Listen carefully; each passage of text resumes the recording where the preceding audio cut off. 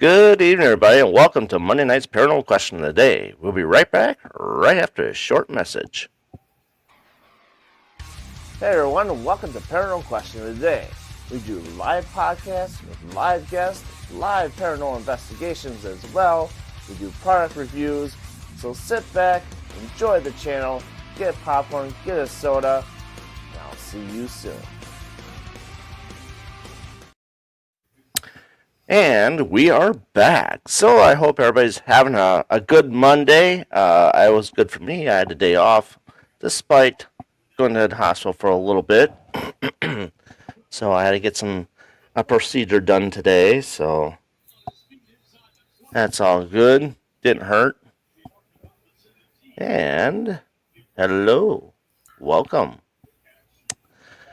All right, so we have Mr. Wayne with us tonight again. As you know, that he's been on the last few shows with me, and probably going to be a staple on the show for a while, as long as he wants to keep doing it. And then you can follow him, John, and Abby at Small Town Paranormal, Facebook, TikTok, YouTube, all that stuff. And then we also got Dead Squirrel in the Woods with us tonight. We have Mr. Nicholas Lapointe, and we have Lea with us. Hey there. Hello. How y'all doing tonight? Ready? We are ready. I just, saw enough of Nick this weekend, so should I blurt him out? No, I'm just kidding. Yeah, it's one of those things. You get to see someone so much, and then it's like, oh man, you again. So we'll start with Lea. So what got you into the paranormal, and when was your first paranormal experience? what got me into it was just interest in the paranormal, really. Growing up, being interested in it, and your parents always telling you those ghost stories around the campfire when we're camping and stuff. Me always wondering if there's like some truth to it. And of course, they're joking around, and I'm going, "Oh, really? Did that happen?" So, instead of scaring me, it was more of a, "Really? That's cool." So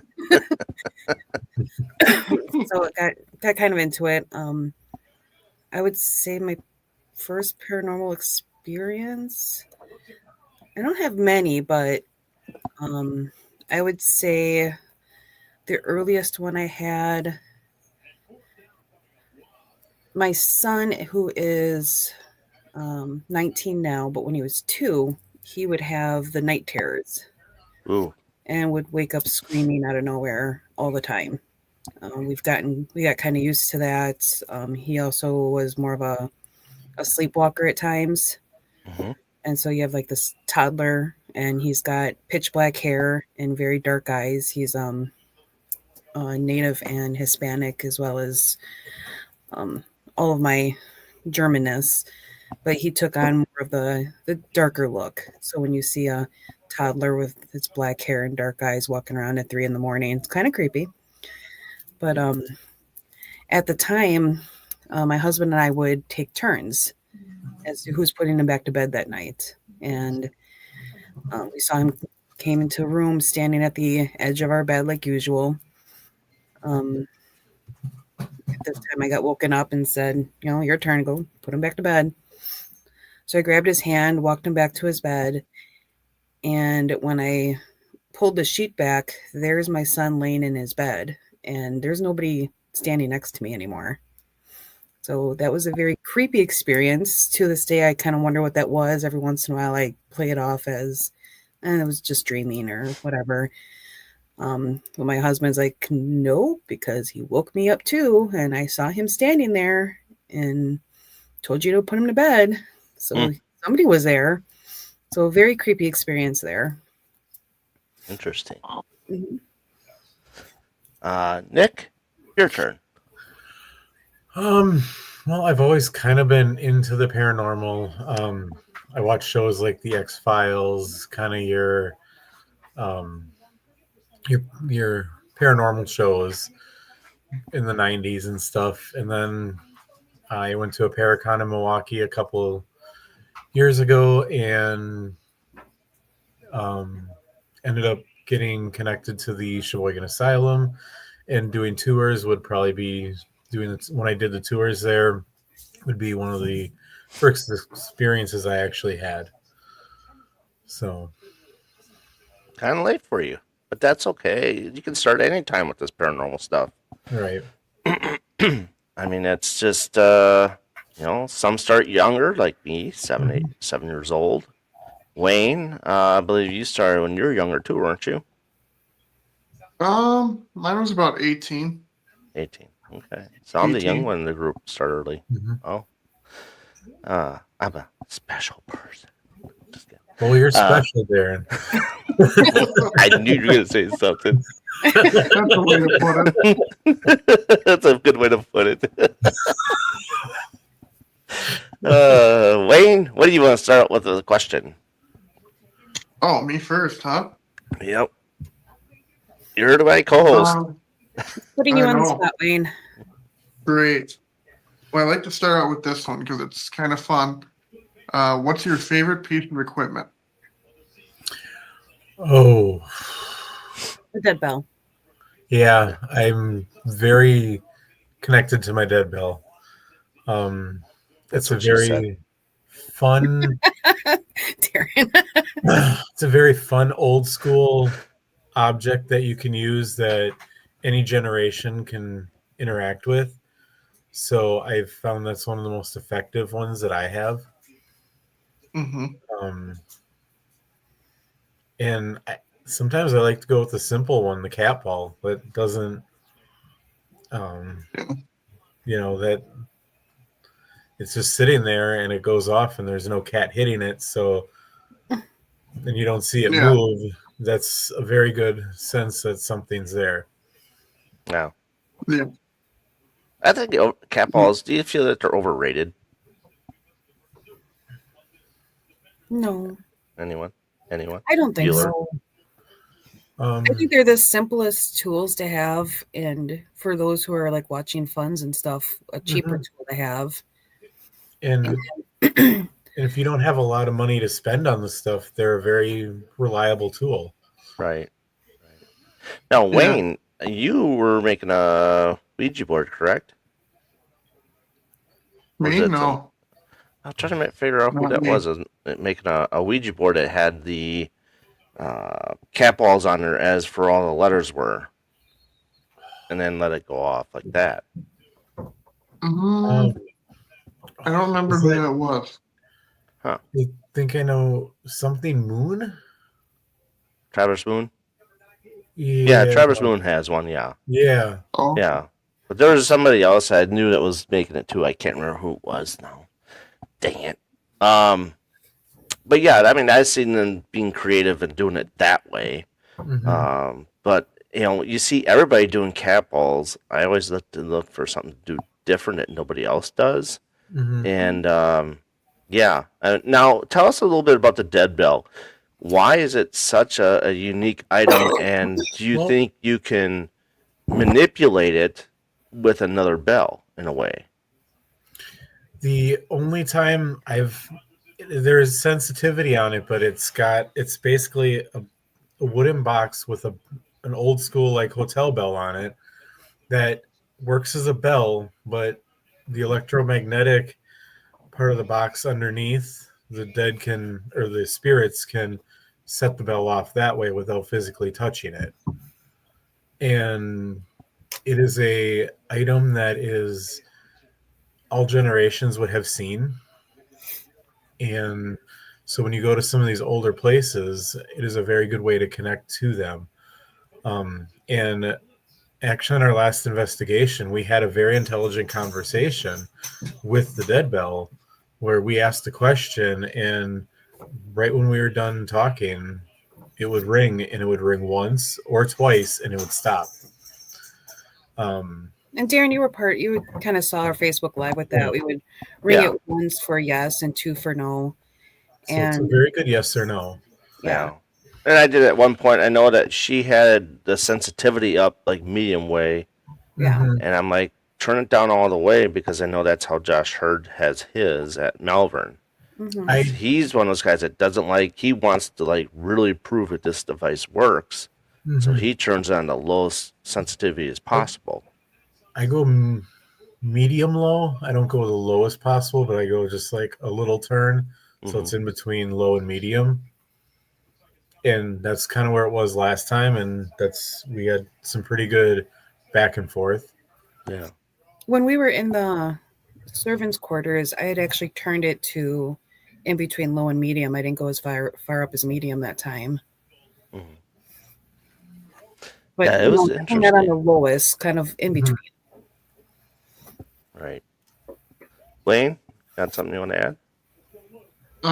That's one that dead bell's on my list. I've been trying to get that for a while. But everybody on Etsy that's selling them, I never get them on time. It's always like Oh, I got mine super on long. I got mine on Ghost Stop, so Oh, Yeah. I might have to look on there. No, I know it goes for 200 on Ghost Stop. I know that. yeah, something about it's around there. Yeah. Okay. Now, I mean, you can buy now and pay later if you have PayPal. I've done that already. Right. Yep, I've done So that. that comes in handy, and then you get $2 and get so much knocked off. Yeah. That type of deal. But it comes relatively quick when it comes It from does. Ghost Stop. I think it's what, 2 weeks, 3 weeks. Most of my stuff is within a week or two. Yeah. Okay. Yeah. Okay. So that might be the route you might have to go. Because with the Etsy, I know you were waiting for almost 2 months for yours. And Mhm. and I've bought off of Etsy, and some of the quality on Etsy, yeah. some of it's good, some of it's bad. Yep. Mhm. So Yeah, it's very wishy-washy, and then you can't really get stuff off of eBay anymore because it's just, you have no clue. Same thing. So I put that under Etsy as like you have no clue of what you're getting yourself into. mhm. Mhm. But with our guest we had last week, FIB Paranormal, Forever Investigating Beyond, they make stuff, and so we did talk about that last week, and they're fairly cheap, like $60 for a certain REM pods. I think it wasn't it, Wayne? Yeah, so it was $60 for a RAM pod, $60 for a music box, Mhm. and then they can customize any of them. Like they can put your logo and all that stuff on it for $120. Then it's like personalized. But they were really cool looking. Yeah. I actually made a music box with a coffin box, and you can get your own music card and download your own music onto it if you want. You can get all the stuff on Amazon to make your own stuff. I've Oh wow. done a little of that, but it gets time consuming. It does. Yeah. And the blind here can't make his own shit, so Mhm. so I buy it and that's it, enough. But so let's get into the locations. Is there locations that you don't want to go to anymore, or don't care to go to anymore? And then there's some that are like, hey, I haven't been there, I want to be there. This is my favorite location that we've been to so far. Let's start with Leah. I don't know of many places that I wouldn't go to with it again. Mm-hmm. I mean, for my own personal reasons, I probably would not go to Farrar again. Yeah. Um, Hey, Amy. Hey, Amy.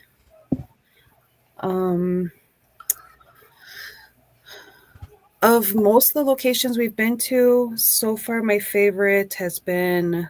I'll always have a love for Brumder, Brumder Mansion in Milwaukee, and that's even with we didn't get as much there. Rarely do we get anything there, but it's mainly the historical piece of it. I love the home. And then, as of this weekend, Asher just kind of moved its way up there. I loved being at the Asher Walton house. There's cool. something to me, there's something about the old classic haunted houses. I love going to like prisons or asylums or things like that, but something about the old fashioned haunted mansion type thing, that's really what I enjoy. I love Mhm. stories of, it was a dark, rainy night and they were all in a mansion and all this stuff started to happen. It's just like a history love of mine. Just love the old mansions. So when I I can agree find with that. houses, I will go. Yeah.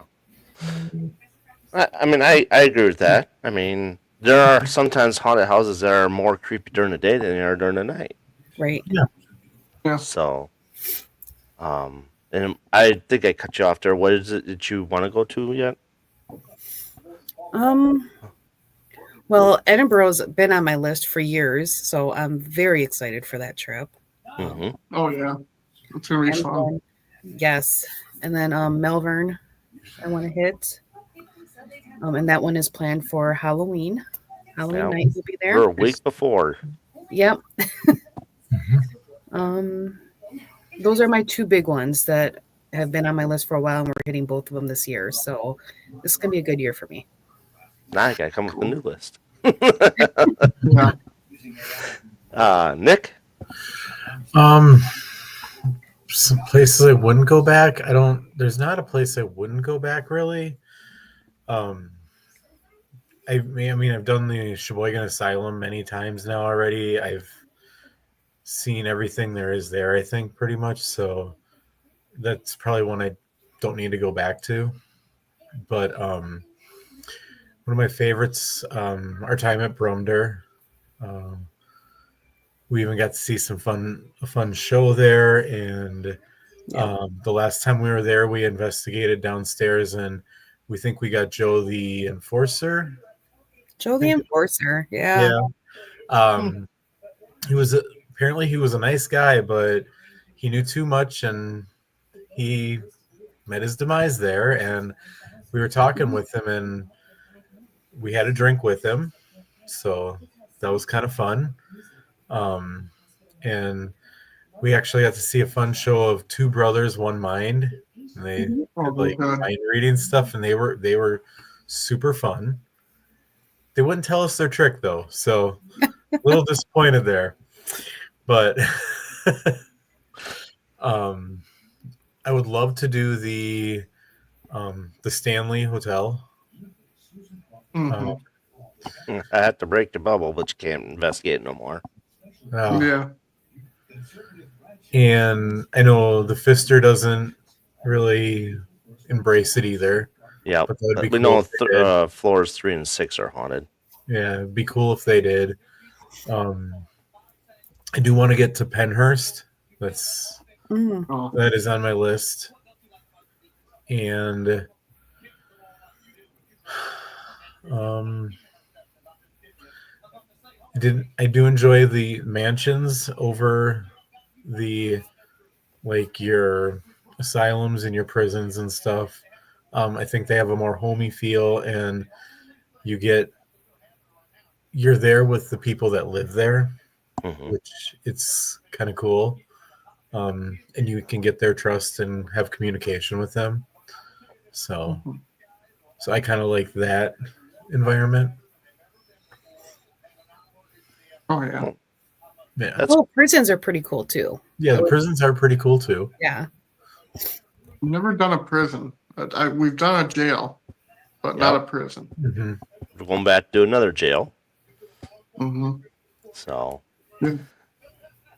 but But a prison sounds really fun. Mm-hmm. What did you Yeah, guys think of the prison when you did it? I have not done an actual prison yet. I would like to, No. but I also want to get to Eloise in Michigan. Mm-hmm. That I watched the thing on TV about that, and that was quite interesting. Just the concept that they had a haunted house in there, and it just more happened as they brought that energy in, right. and it'd be interesting to see that. I mean, Yeah. Broadhead does that too. but that's only in October. No.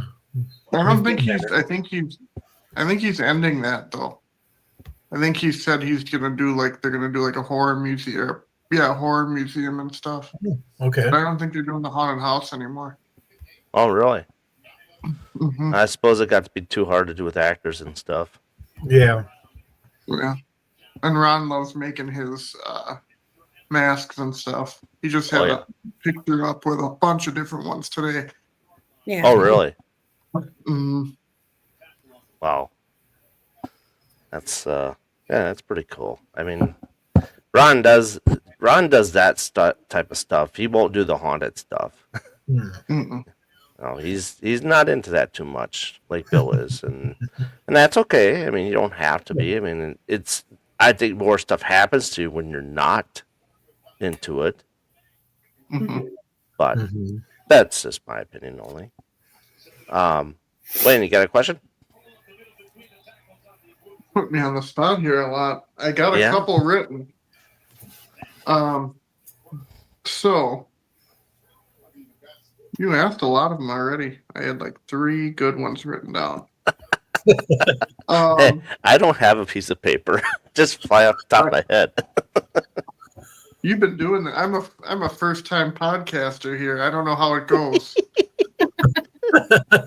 You learn not to have notes anymore.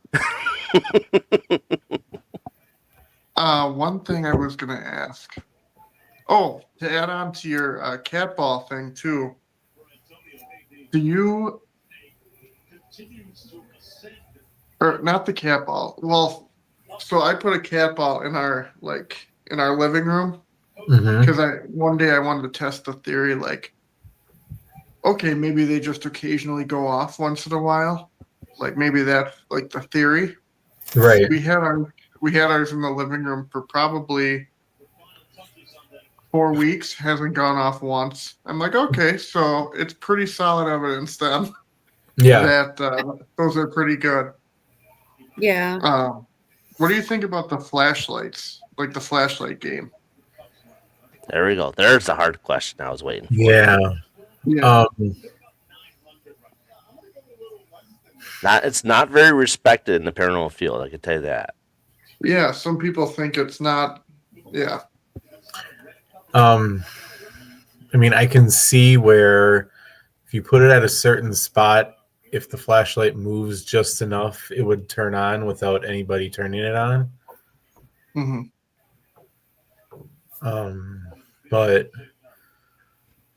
I guess I think it kind of goes with the people who say they hear or they can go in and they can sense what's in there. It goes on your reputation. If I think that is something you could manipulate, but that's based on your reputation. Yeah. You can wear those things out enough that they just turn on their own. I mean, I suppose you can manipulate it a little bit in a way. Yeah. But I That's think really hard for me to decide because I want to say that I've seen, well, we've all seen the shows like Ghost Hunters and stuff, other shows that use them. I actually stopped watching shows because, not that I don't believe them, it's just being in films myself and, in the theater world and independent films and stuff. I always sat and wondered how much of this is rigged up for the ratings. And going on many investigations that we've been on, we typically don't get a lot. Obviously, spirits aren't there to put on shows for us. And you may not get anything the one night that you're there versus somebody who's there all the time and gets it all the time. You're there for one night. Who knows if you'll get something or not. More often than not, you don't get anything when you go to an investigation. You have to try a couple times. Right. And when I see the lights going on and off on almost every show, it's like, how is that possible that you're getting it this often? Every show there's something. And that really kind of started killing my idea for watching these shows because you never know what's being set up or not. Or, they say, well, a door shut down the hallway. And my first thought is, all right, well, what cameraman is down there, or who bumped into something behind the scenes? Like, it's always those Yeah. things. It kind of ruins it for me. So I just kind of stopped watching it because I just get more, I ask more questions than anything. Yeah.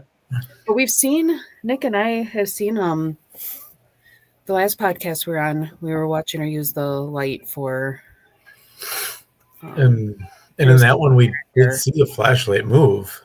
Yeah, So, we saw it move on its own and it Mhm. turned on, which I thought was really interesting. We have a little mag light, and I tried using it this weekend. Nothing really happened with it, but Mhm. it's even hard for me to turn it all the way at times. Like I have Mhm. to put some pressure onto it and kind of turn, and it's like, how are we getting an entity to do anything with that? It's gotta take a ton of energy to do that. It does. Yeah. Well, I use two different methods. I mean, I have the Maglite method. We've used it at a jail up in the attic. Me and my wife were up there, and we were talking, and we had a pretty solid, good conversation. When we asked it to go on, it would go on. When I asked it to go off, it would go off. Now, I do have that on a video on YouTube. So there, if you look, so right there is good confirmed evidence as how it works.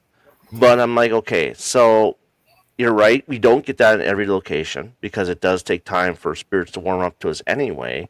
I think that's why we prefer to start doing 2-night investigations more, to establish ourselves the first day, and then in the second night it ramps up a little bit more.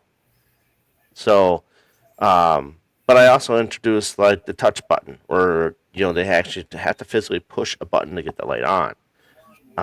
Is that harder? Yes, but you've seen how at Edinburgh, where we had checkers thrown, we've had other things thrown. So if they can do that, and if they can mess with walkie-talkies that we had, I can't see why they can't be able to push that button. Right. So that's kind of my worker way around it. But the thing is I still like the method because I think the method works good. It's just people have no faith in it, and Right. Well, I think that's where your reputation goes into it, how you use it. Right. Like when you watch the shows, they're looking for stuff. You don't see their fails when they don't get anything. All you see is the highlights of all the good stuff Right. they got. So, I mean, that's just how most of the shows go. I mean, they're there for a week, and they get to condense it down to an hour show, and then that's what you get. Right. That's why I kind of I only stick to one show that I watch. I really don't watch much of anything else anymore, except for because we all do it on our own. Yeah, it's more fun. I watch Ghost Adventures just for a couple laughs once in a while. Yeah. For the entertainment purpose, but not for the ghost hunting purpose, I guess. Right. I like their responses and how like excited they get, or when they act freaked out and stuff, and you're like, really? It's not that scary. Yeah. Well, Aaron's got something to be scared about now. Right? Oh, My goodness. So I always say there's more fear in the living than there is the dead. So, And I have those Aaron moments, but yeah, we send them in. You're the guinea pig this time. yeah, I'm always well, go in and check that out. Okay, thanks. I'll just go look. I mean, John doesn't really. He doesn't take too much to go somewhere on his own too much. Once in a while, he will. Yeah. And it's cool when he does because they like to mess with him. Yeah. Yeah, and they do. He kind of draws in some energy, I think.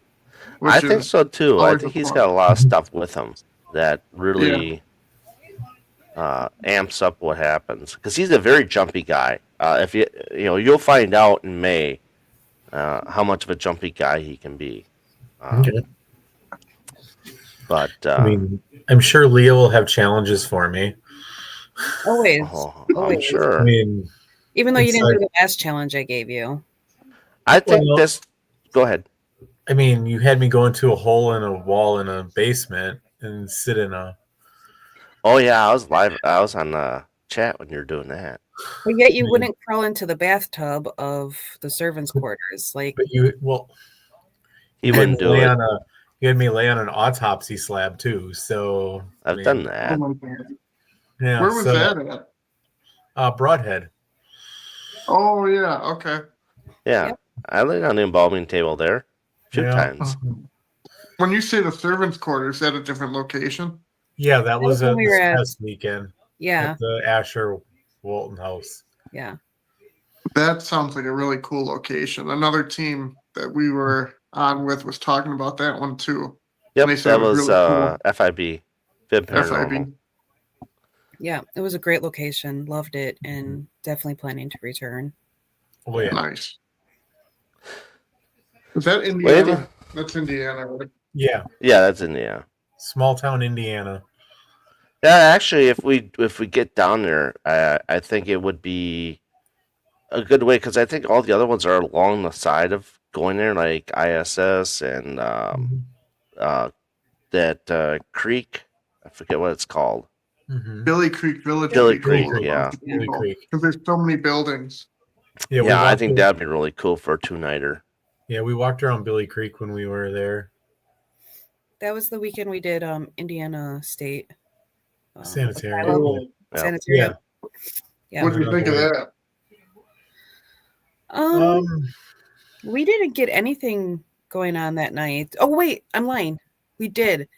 That was when so I've used REM pods in pretty much any investigation, including my first team that I worked with always had REM pods out, and it would never go off. Like I thought they were crap because they were never going off, and I was kind of done with those anyway, so I never cared about them. But we decided to put one in the tunnel next to where the morgue would have been. And then we left it there, and then we went into the morgue, and we're just reading through like papers that were left there and stuff. And the REM pod was going off in the middle of the tunnel completely by itself. And I think I got way too excited because I had like this giggle, like, oh my gosh, the REM pod, and I like went running. I was so excited to hear that thing go off. And then Wow. we sat at pretty much by like there was a chair that was sitting in the tunnel in the entrance of the tunnel, and we would watch it go off. Like, that is so cool. So we started walking down there and looking for anything else that could be making those noises. And then this really cool guy that I was with, Nick, saw a bat, and he was done for the night. He wasn't going to go anywhere. Come on, I didn't want to rake it in and say, "Come on, let's show your teeth." Anytime I see a bat, I say nope. I'm done. Yep. Blind don't see him anyway, so I keep going. That was my excitement at Indiana. Was something in the tunnel had our REM pod going off, and it was the first time for me ever hearing a REM pod go off, and I was extremely excited. Yeah, that's pretty cool. Kind of like when we did the YMCA thing, the Roadhouse. We were up on the third floor, and every time we walked away, the dead bell would go off. Something else would go off. Whenever we weren't anywhere near it, and we're walking in the hall or something, right? That's when the spirit would just set something off and go, "Come back over here," and then they'd go quiet. You'd walk away, and they'd. It was like two different hallways on the third floor of the Roadhouse, and one hallway had the REM pod, and it would go off. The other hallway had, I think, the dead bell. Yeah. And then that would go off, so we'd go over to that hallway, and then the REM pod would go off again. So we were really kind of chasing this thing in circles. It was quite, I'm sure it was laughing at us the whole time. Oh, yeah. It had to be. I think a lot of things laugh at us when we're in locations and we just don't know it. You know, like these spirits are like, haha, look at these idiots. They're going that way and we're over here. I was thinking, as you're talking about challenges and stuff like that too, Edinburgh is going to be a location that we'll be handling probably differently now that you two are coming with us. So that'll give us 6 people, and now that will be a good challenge where we all could go one spot, and do our solos and see how that goes by ourselves.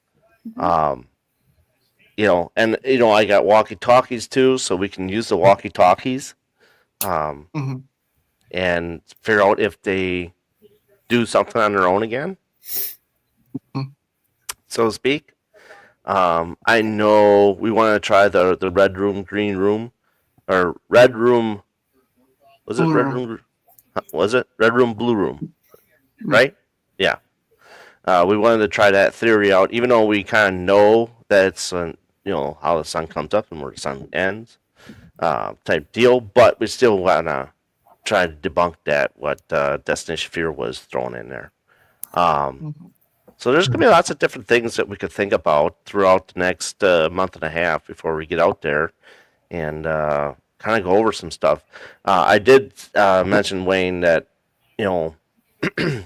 one of these nights, like on a Thursday night or something like that, where we can do this again and have John and Abby part of us. Yeah. And then we can all just start talking about Edinburgh and kind of figure out things what we want to do. Yeah, because there's so much. I mean, the basement's a fun area. Freaky. Are there spiders? Really? All might be. I don't know. Oh man. One gigantic one. Probably the same ones I send to Leah once in a while. If there were big spiders, you wouldn't see me anywhere near them. You won't be going out there. Come here, crawl me. No. Yeah. That's where we'll put you in your solo investigation then. Absolutely. Well, if I get new eyes out of it, I don't care.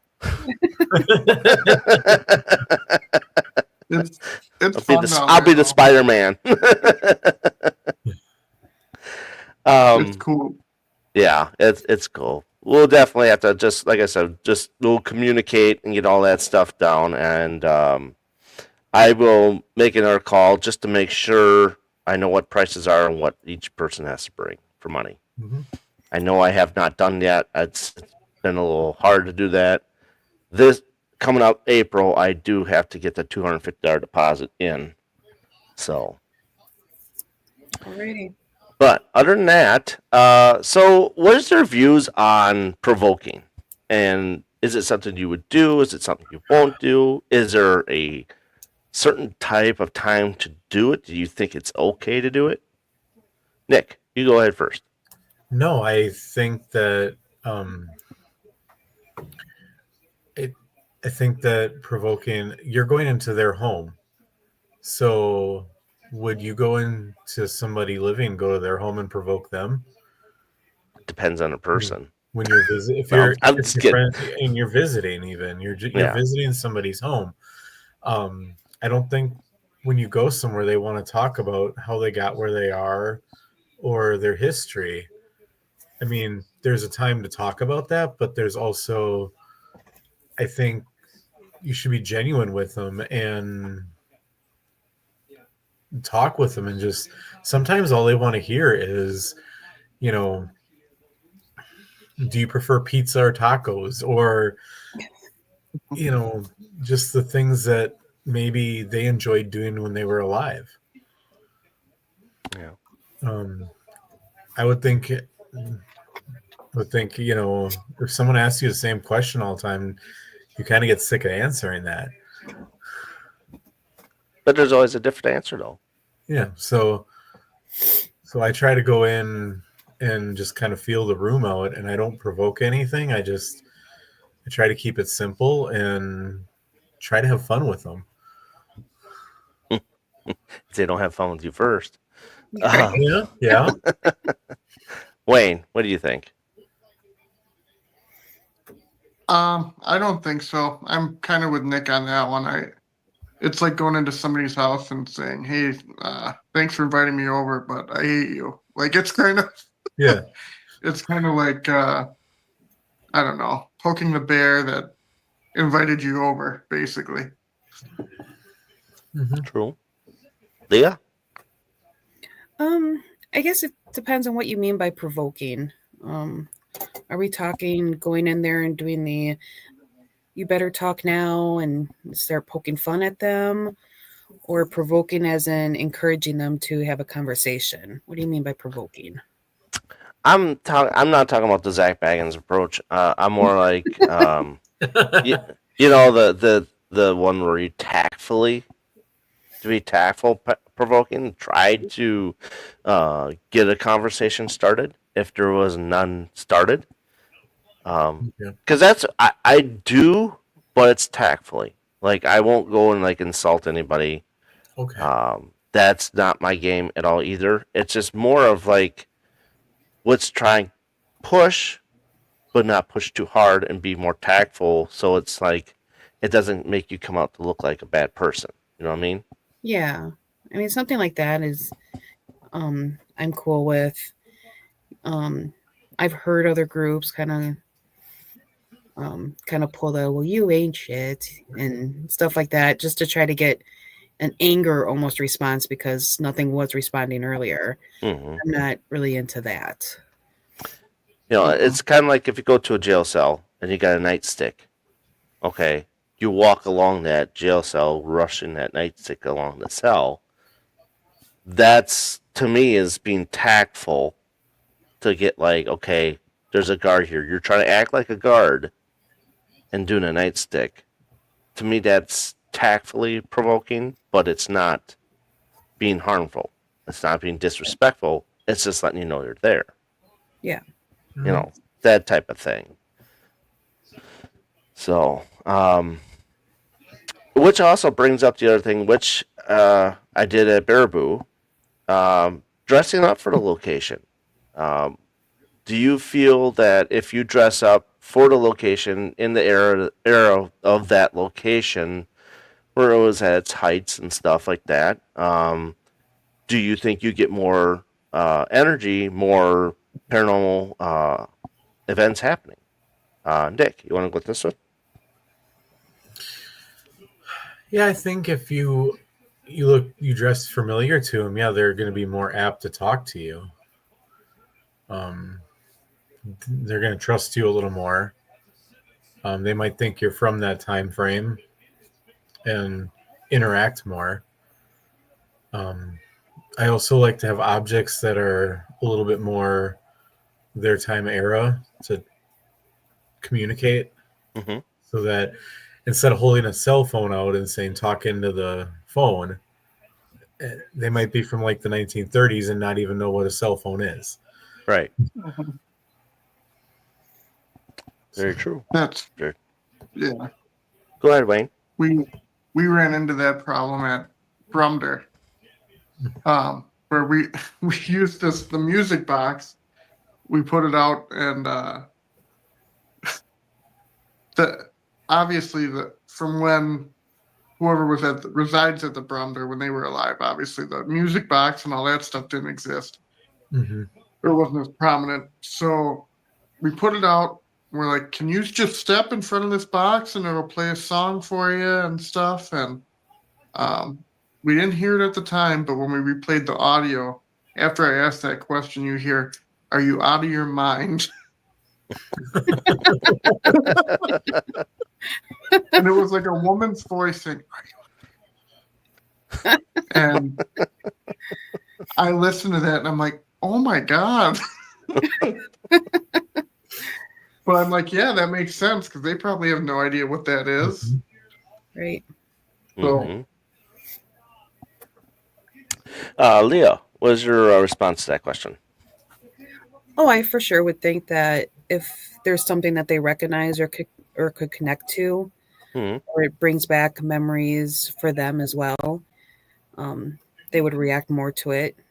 Just like items that they may have used or seen in their time, drinks that they may have had, cocktails with their friends or whatever.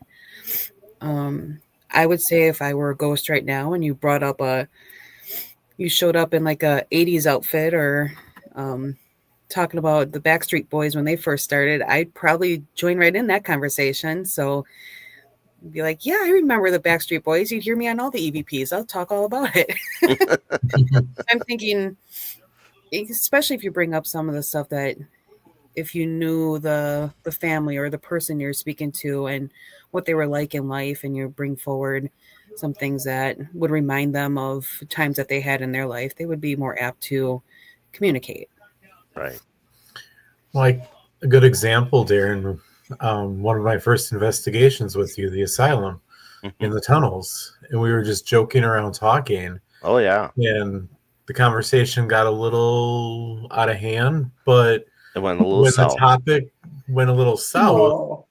the equipment started going off, and we were getting interaction with the spirits. Oh, yeah. That's what the spirit was into, though. Yeah, they liked the conversation, so they jumped in. Yeah. I mean, that we went south. We went way south. We went beyond Florida. Oh, you. It We went to the was deep south. interesting. That was I mean, deep south. Yeah, it was deep south. I don't think we could have pulled ourselves out of that one. No. But the spirits were having fun with that. And in fact, Yeah, I think they we put something in the light fixture, I believe, didn't we? Yeah.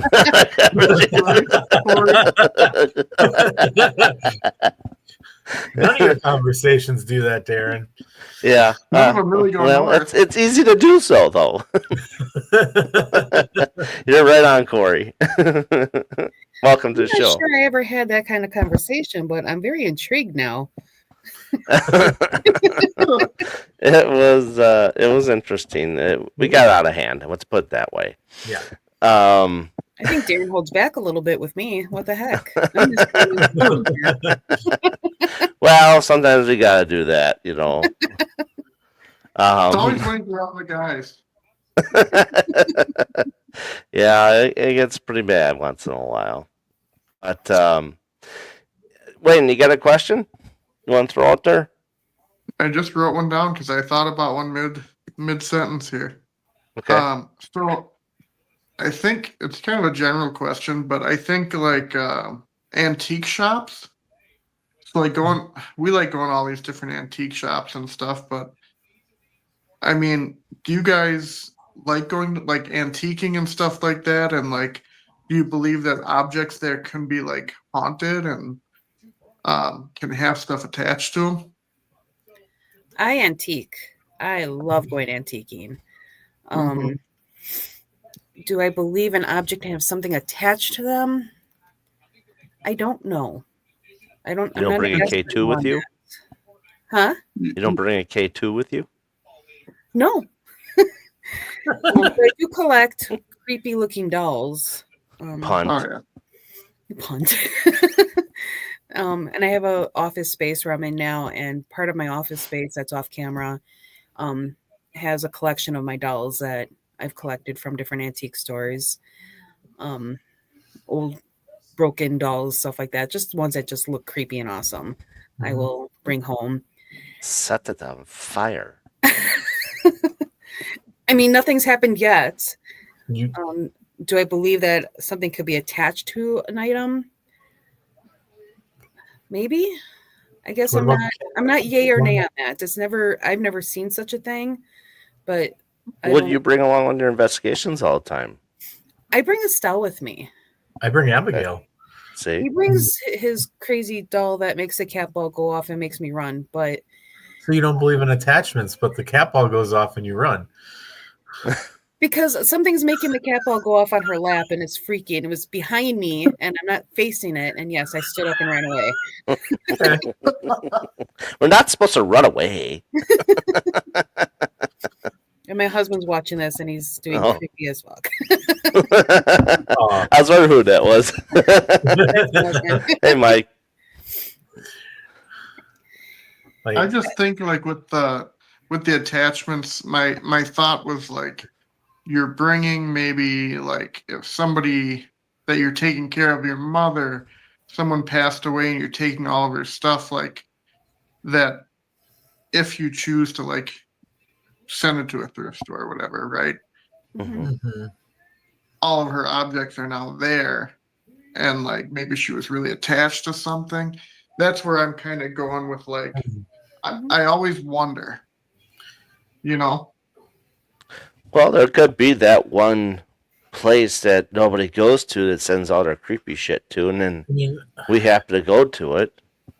I would You know. say that you can get energy into an object from somebody. Like if you have all their possessions and you like the estate sales, if it was a coveted item by them or something, they could have residual energy in it.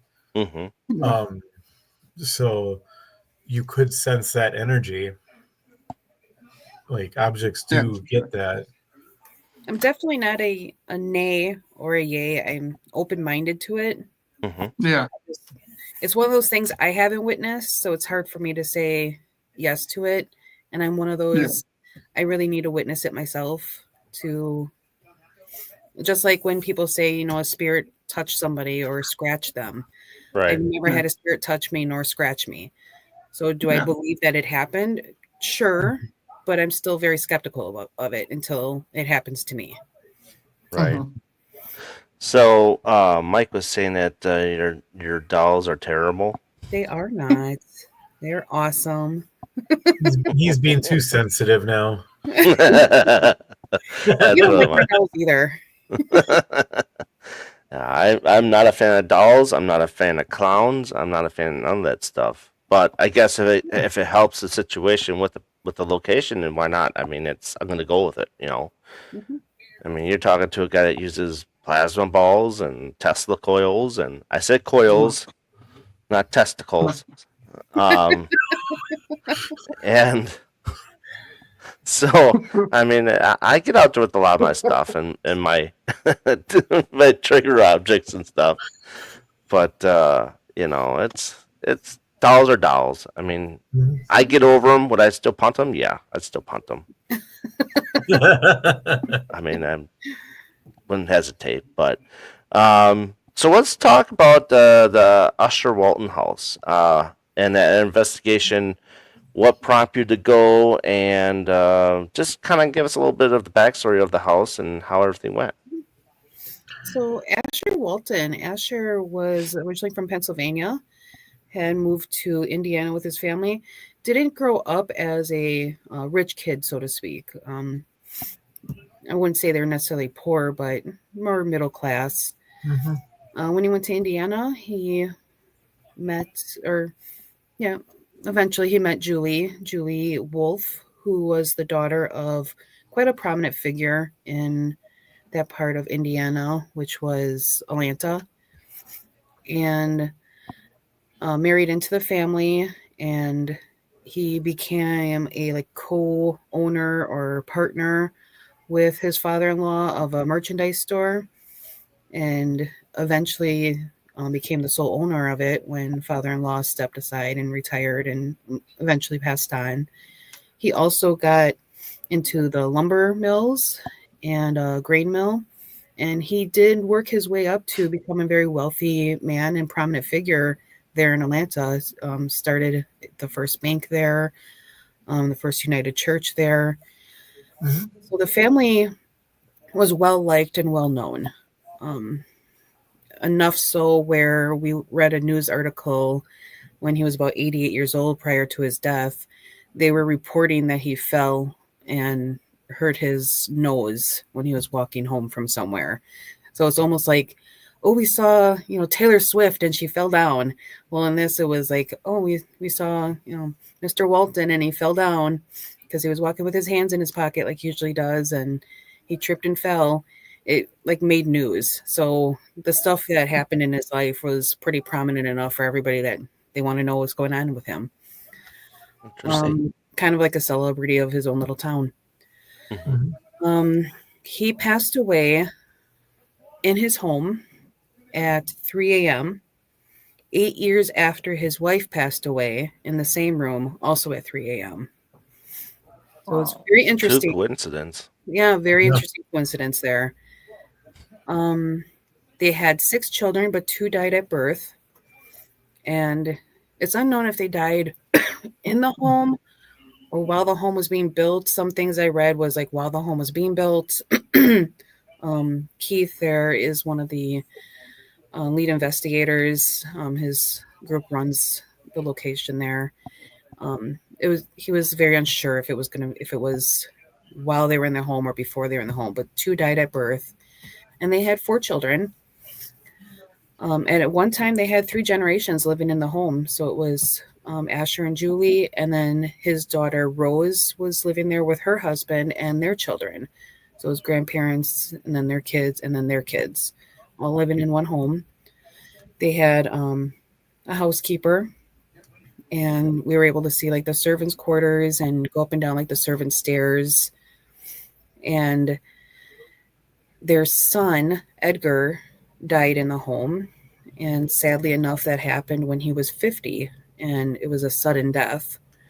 And was definitely not expected, and happened only about a month after he had his first baby with his wife. Jeez. So, sadly, died right around, was not able to see his child being brought up. Was that 3 a.m. too, or no? No. Housekeeper died there. There was a carriage driver. I want to make sure I had the word right. Carriage driver passed away there. Yeah, it was a carriage driver. A child died in the nursery, not Asher or Julie's child, but they believe it was like a family member, like either a niece or great niece of some sort.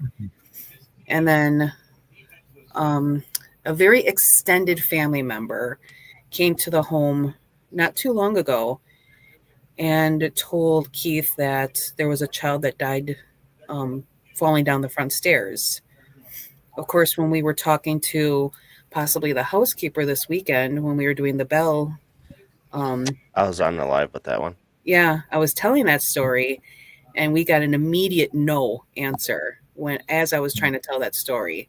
So it's not documented. Mm-hmm. It was just something that was said from a very extended family member, decades later. We don't know if it happened or not, but according to the housekeeper, if you want to believe the bell that she rang very adamantly twice, it did not happen. So we don't know.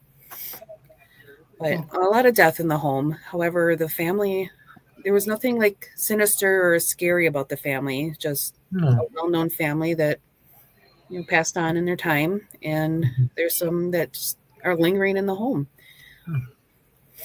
So now, today, is it just more of like a showcase house where you could take a tour at, or does someone actually live there? No one lives there. Okay. The owner, the current owner, when he got it, he had his office in there, and he had his own experience in there, and he said, "Nope, I'm going back to my regular office," and he shut the doors for like 10 years. And then Keith and Jess came along and encouraged him to open it up as a investigation place, so you can rent it like for a night, 2 nights, stuff like that. And they actually have cameras in the rooms, in the dining area that the family would have. They have a computer, and it has all the screens, so you can actually, if you have a group of people, you can designate someone to watch the cameras to see if anything happens, and as a backup or whatever. And you can see all of them. The system is locked, so you can't go back. But if you do have a time frame, something happened, you can always message them, and they will get the footage for you. So they made it caught a lot. Yeah, and they caught a lot on that camera, including that dining room door opening on its own and like slamming open into a dresser that was sitting there, and it broke the stained glass. Wow. Now, Wayne, go ahead, Wayne. Oh, okay. I thought you were going to say something because we were talking about cameras. No, that's kind of what I want to invest in, is something like that where you can kind of bring a monitor with you and set these cameras up, and you can see while you're investigating. So you can see stuff in real time instead of having to go back. But I haven't found the ticket yet. So I'm trying to figure out what we could use for that.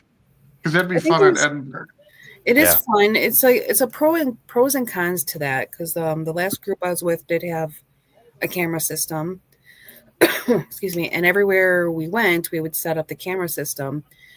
The con with that is how much time it took and get there to set up these cameras. I mean, we would spend so much time setting up these camera systems.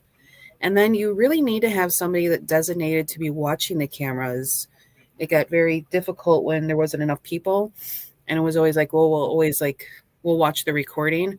Well, then why put them up in my viewpoint? Then why don't you just have like your handheld camcorders and just walk around that way if you're going to review footage anyways? But when you have somebody designated that can sit and watch, because at one point I was able to sit and watch cameras while they were investigating, and I was able to see a time where I saw a head or a shadow of a head poke out of a doorway and come back in, and I was able to radio the group and say, who's in that room and did anything happen? And that happened to be at the same time that one of the ladies there had said that she felt a presence like near her or past her. And I happened to see a head come out of the doorway and go back in. So it coincided with each other. So it was good to have that back and forth. So they come in handy. It was just a pain to put up all the time. And finding places to put them up and then trying to get them to stay in one spot, because not every place has like a random hook where you can just hang it up. You have to like duct tape it up there somewhere. And that got to be annoying. But yeah. And then the No, cleanup. I get it. I get it. I mean, at a jail that I was at, I did use Wise cams. You know, we had Wi-Fi available, but you know, I think Wi-Fi, like we talked last week, I think is probably a no-go for a lot of these locations.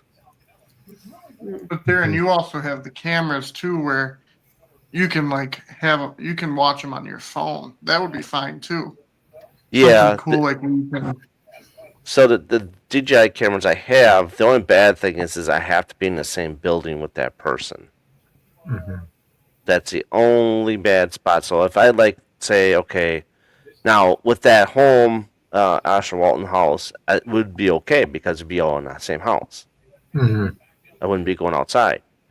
But yeah, it's like I was testing it out here at home. I put the camera downstairs in the basement, and as soon as I walked outside my house, it was gone. It totally disconnected. So, but yeah, that's something we can also look into and see what we could get done. How did we pull that off at the Trinity Church when we were there? Remember when we did that? Well, I had it running. I had it recording is what I was doing, and then we walked away. Okay. And then I was able to go back, look at the phone, and watch the recording. That's the only way I was able to do that. Too. Yeah, we can. That be You a could bad skip idea. ahead and go backwards, all that stuff, and pinpoint. Well, okay, this happened here. We can shorten that video up and say, okay, this is what happened. You know, we could set it to, you know, how short the video is to get to the point, and then save it. You know, so it does. It can happen that way too. So that's stuff we can work out. So how did the investigation go and stuff like that? I mean, it's just, is it a place that you need to go like more than 2 times, or is it someplace that does it change each night? I mean, how is it different from the first night to the second night? For us, we got kind of lucky. We had 2 nights. So the first night, we didn't really get much. Leah did hear a loud bang outside, like in the nursery or in the hallway at like 3 a.m. I don't remember her waking me up and asking me if I heard that. But I did. She did, and she went back through her tape or her recording, and it was on there. And then we just kind of hung out the next day, doing our routine, getting lunch. Keith actually came by with some e-bikes that he had to set up, and we interacted with him. And then that night, that's when we got the housekeeper with that really good conversation. And after that, we actually got some conversation on the porch. And on the other end of the hallway, where we were actually told, why are we up? And we asked, are we up too late? And we got yes. And we asked, should we go to bed? And we got a yes again. So we're like, okay, I guess you're saying we're done investigating? Yeah, because you got the stick figure on your SLS camera. And I got a stick figure on the SLS camera that was hanging out in the hallway while we were getting. Yeah, we were getting like a tall SLS figure while our bell was going off. Oh wow! So I don't think it was a child. It probably was it could have been maybe Asher Walton. Why are you up? It could have been the housekeeper saying nobody should be up at this time. Thinking the kids are up and telling us. Because she didn't seem to want us to hang with the kids because we were talking about playing with toys and we had candy for the kids. And right away we got the double ring with the bell for no. And we're like, oh, no, we can't play with the kids. It's like she really didn't want us to be messing with kids. But one of the claims is you can hear kids running up and down the hallways. And that could have been the loud bang, one of the kids, the first night. Yeah, I could not figure out where that bang came from. I went back into the nursery. Nothing was out of place. Nothing had fallen over.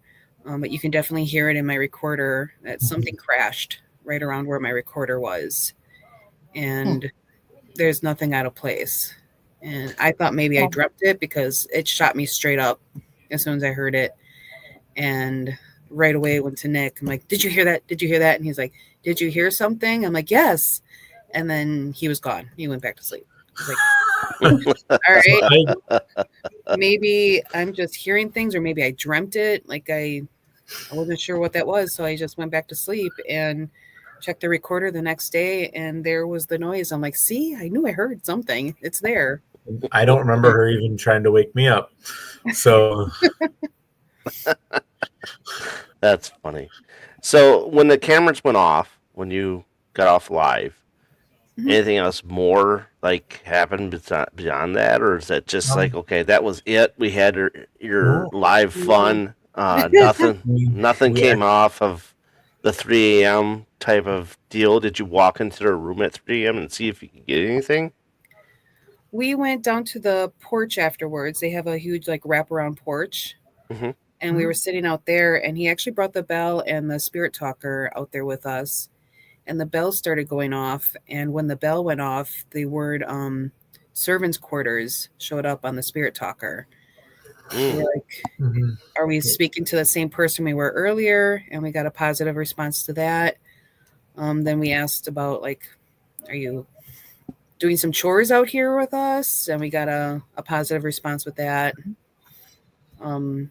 Some talking about the lifestyle of a housekeeper of a well-known family. Feelings about that. And then after that, I think we went inside. We went to play a game. We grabbed a deck of cards out and we started playing a game, trying to entice maybe some children to come out. Nothing happened downstairs at all.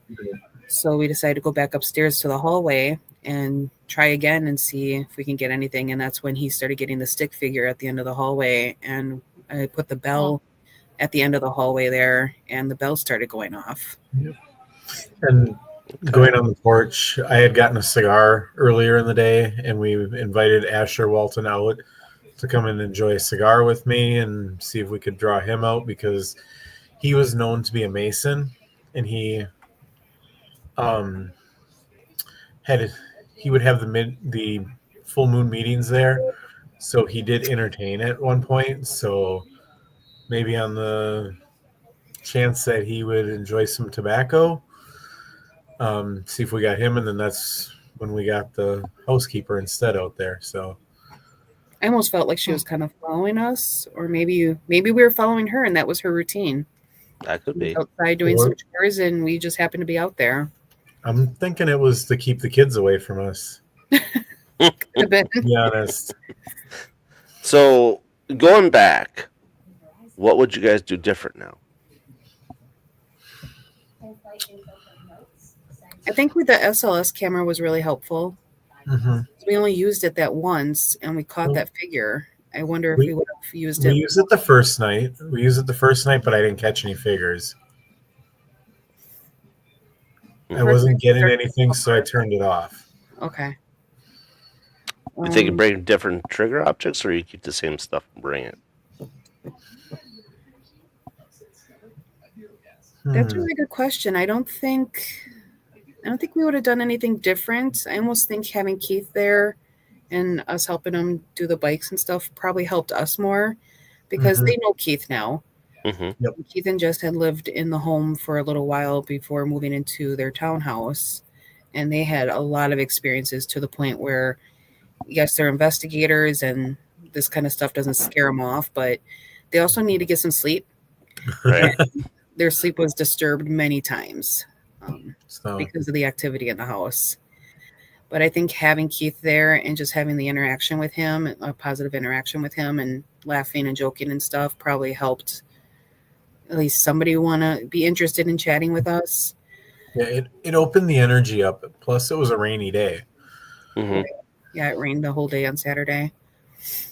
I think the only thing different is I probably would pay attention more into some of the nurseries and other rooms.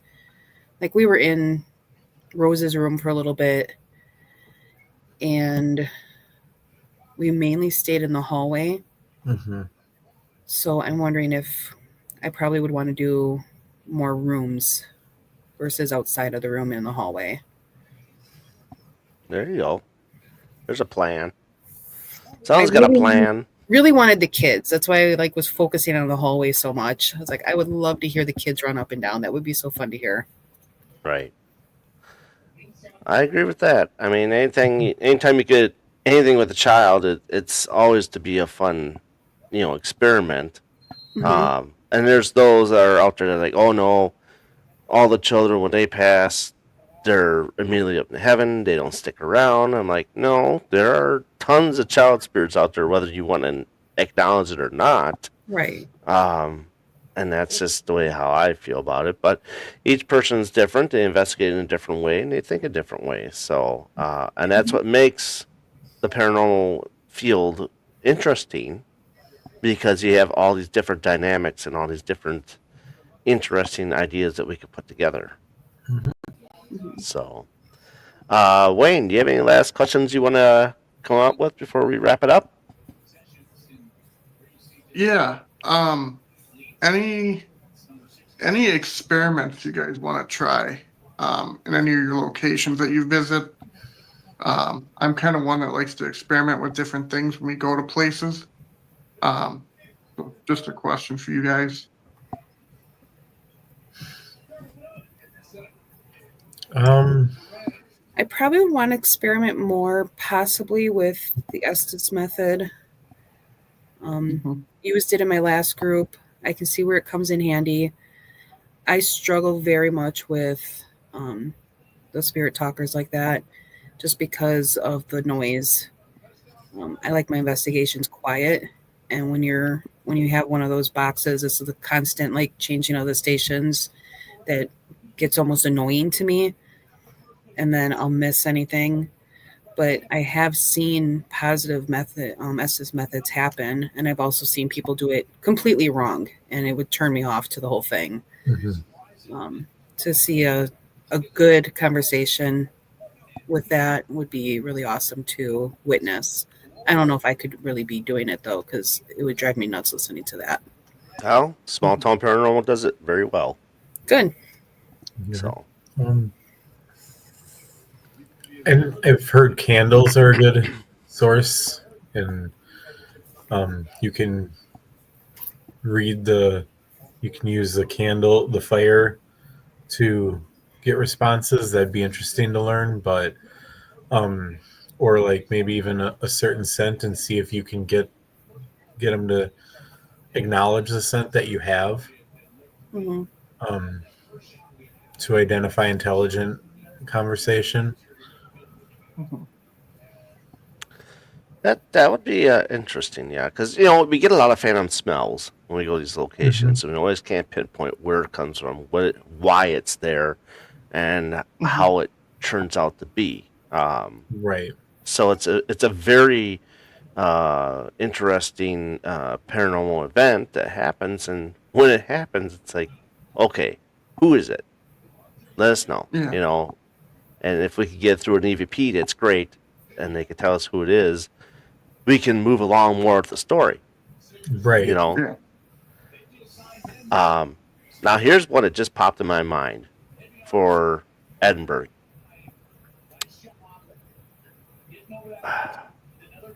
What's the best way to put this? I have blindfolds. What we should, What was the best way to put it? I have one. If you say handcuffs after the blindfold, no. Wayne will bring the handcuffs. Try a different opening. I was thinking about doing this where we can use the blindfold. I think I have a couple of them, but we could try the tactic where we can put the blindfold on any one of us, lead them to a room, and just let them sit there for a half hour with the blindfold on and see what happens. And what is your goal with that? Are you like looking to heighten a hearing sense or Hearing, smelling, feeling, touching, see if you get touched.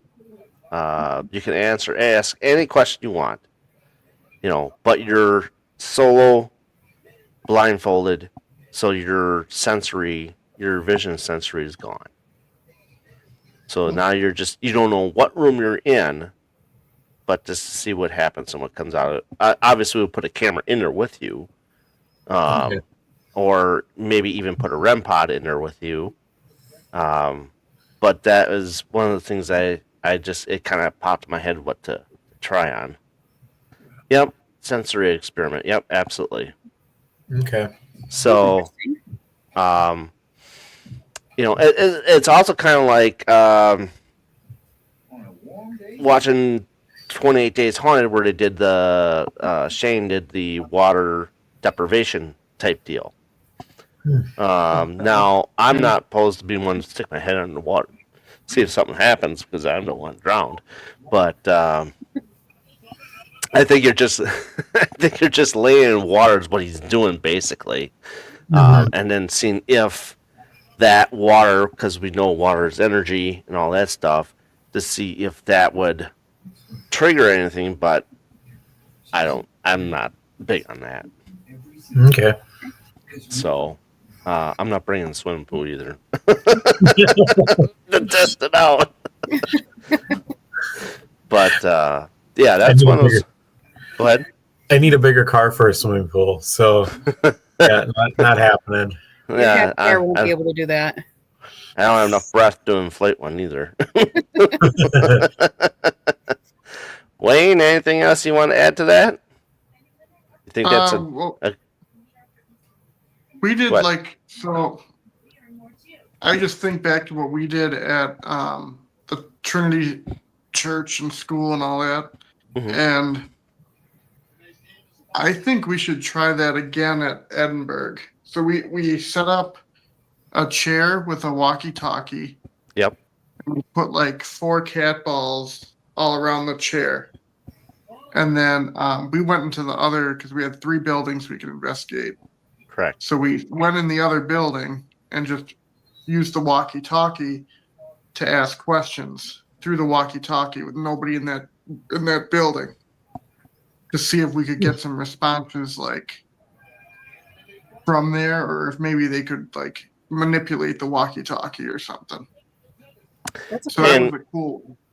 Yeah, and I think that being live with my phone with the DJI camera with it, we might be able to do that in live format. Okay. And that way, each one, yeah, and each one can ask questions too, because with how many walkie-talkies we'll set it up with. Yeah. So, Alrighty. Well, thank you guys for being on tonight's show. Nick, how can people get a hold of you if they got questions and they want to ask you about paranormal stuff? We are actually on Facebook under Dead Squirrel in the Woods Studios or Studio. And you can find us on YouTube at The Veil.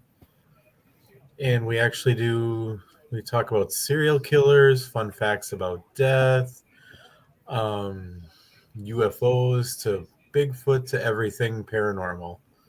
Mm-hmm. And Leah's actually our serial killer expert.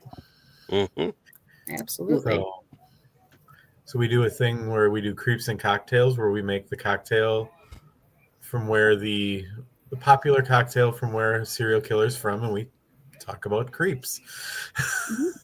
And there's plenty of them out there.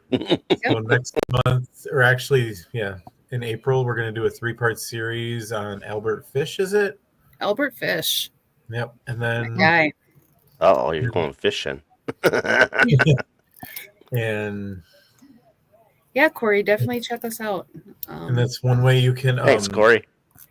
That's one way you can get, and then you can also put comments on the YouTube feed if you want, or on the YouTube videos.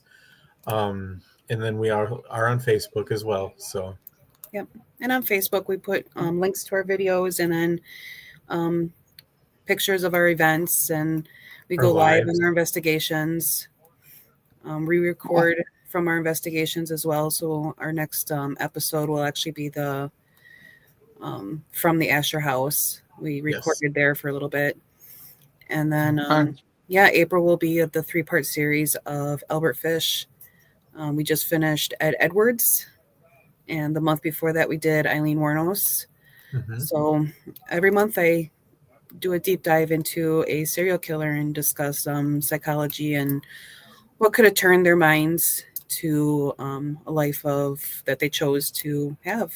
And I have some background in forensic psychology and certifications in, it's a long word, criminal neurology or neurocriminology. Sorry. Just got my certification in that not too long ago. And we just kind of deep dive into the mind of a serial killer. So I'm really looking forward to the Albert Fish series because I've been wanting to talk about him for a long time. But he has so much to him that we had to do it has to be broken up into at least 3 parts. So it has to be a special. Yeah, we're pretty much dedicating April to him. Yeah, so we finished the current season last week. So then we're going to do a special on Albert Fish, and then we're going to start back up with the 3rd season in May. Yep. Oh, interesting. Have you ever done an episode? It kind of became popular now with the Netflix. I think it was a Netflix special on it, Fox Hollow Farm. No. Not yet. Have you? No, I've heard really? it. That's a huge one. That's out of Indiana. Okay. Herb Baumeister was the one that is kind of the main guy on that one. Had a wife and kids, but had this secret double life. And they found probably, what did he say, 52,000 bones buried in his backyard in the woods. He had so many acreage, whatever, that he would he had this strangulation fantasy or something. So he to get off, right? So he would strangle these guys that he brought back, and he would end up killing them. And he would take him out to the backyard and bury him in the backyard. Dang. Interesting. So yeah, they found 52,000 bones or something, and it's even on the news. There was huge news stories about it. It happened in the 80s, I think. Huh. Something like that. But yeah, that would be a good one for you guys to look at. Yeah. Okay. Yeah. Have you done one on Dahmer yet? We aren't. Dahmer is on my list. I'm giving him a minute because there's been a couple other groups that have just recently done podcasts on him. Then Netflix did like their whole thing. Mhm. I'm giving that one a second, but he is another one that I will be talking about because I've followed his story pretty intensely. Read the book his dad wrote. I'm definitely wanting to do that one. I just feel like he was such a hot topic for a minute that I was going to give it a break and then come back to it when later. I don't know. I would say when it dies down, but it probably never will. But as of right now, like everybody's kind of focused on him. So just giving that a second. The one I really want to research right now is Jim Jones. Yeah, you do. Oh yeah. Don't drink the Kool-Aid. I mean the Flavor Aid. My bad. Flavor Aid. Purple Flavor Aid. Interesting. Lea, how can people get a hold of you? Same way. I monitor the Facebook page, so if anybody ever wanted to reach out on Messenger, I'll see it right away. And we're on YouTube, but Facebook is probably the best way. If you follow us on Dead Squirrel in the Woods, then Studio. Sorry, I didn't add the studio in there. Dead Squirrel in the Woods Studio. Follow that page. Message at any time. It'll be me that will be responding. Okay. And Wayne, how can people get a hold of you, sir? Anywhere on so we have Facebook, Small Town Paranormal on Facebook, Small Town Paranormal on YouTube, and Small Town Paranormal 9 on TikTok. There we go. So, thank you guys for joining us tonight, and we'll be back next week with a new guest. And then from there, I'll be back to my normal every other Monday schedule. So for Nick, Lea, and Wayne, I'm Darren. So long, everybody, and see you next week. See ya. Bye. Bye.